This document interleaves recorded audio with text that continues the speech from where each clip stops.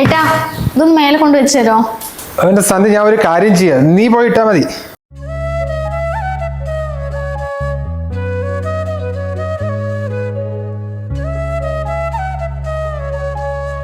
അമ്മ നേരത്തെ തന്നെ വിളിച്ചിട്ടുണ്ടായിരുന്നോ? ഇല്ല, ഞാൻ നേരെ തുണി അറിയിടാൻ വന്നതാ. ആര്? ഒറ്റയ്ക്കന്നെ. അത് മാത്രല്ല കേട്ടോ, അമ്മന്റെ മോള് ചോറും കറിയും ബ്രേക്ക്ഫാസ്റ്റ് എല്ലാം ഉണ്ടാക്കാൻ പഠിച്ചിട്ടുണ്ട്. പിന്നെ രാവിലെ അടിച്ച് മുറ്റം അടിക്കും, റൂമൊക്കെ അടിച്ചു തുടച്ച് വൃത്തിയാക്കും, അങ്ങനെ എല്ലാ പണിയും ചെയ്യും. എന്നാ ശരി അമ്മേ, ഞാൻ പിന്നെ വിളിക്കാം, കുറച്ചുകൂടി പണിയുണ്ട്.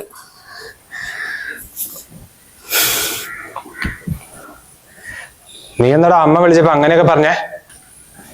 ഏയ് അതൊന്നുമില്ല, വീട്ടിലെ എന്നെ ഒരു പണിയും ചെയ്യാൻ സമ്മതിക്കില്ലായിരുന്നു. ഇങ്ങനെ തുണി ഉണങ്ങാൻ മേലെ വരുമ്പോ അച്ഛൻ ഓടി വന്ന് വാങ്ങിക്കും. അമ്മ അങ്ങനെ തന്നെ കേട്ടോ, അടുക്കളയിൽ കയറാൻ സമ്മതിക്കില്ല. ആ സമയങ്ങളും കൂടി പോയിന്ന് പഠിക്കുക പറയും. എല്ലാത്തിനും നല്ല മാർക്ക് ഉണ്ടായിരുന്നു, നന്നായി പഠിക്കുകയും ചെയ്യും. PG ഒക്കെ കഴിഞ്ഞ് നല്ല ജോലി കിട്ടിയിട്ട് മതി കല്യാണം എന്നാണ് വിചാരിച്ചത്. പക്ഷെ അമ്മയ്ക്കായിരുന്നു നിർബന്ധം. എനിക്ക് അറിയാവുന്ന കൂട്ടരാണ്, നല്ല തറവാട്ട് വരാം, നിന്നെ അവിടെ പോയാലും അവർ പഠിപ്പിച്ച് നല്ലൊരു ജോലി വാങ്ങി തരുന്നൊക്കെയാ പറഞ്ഞു.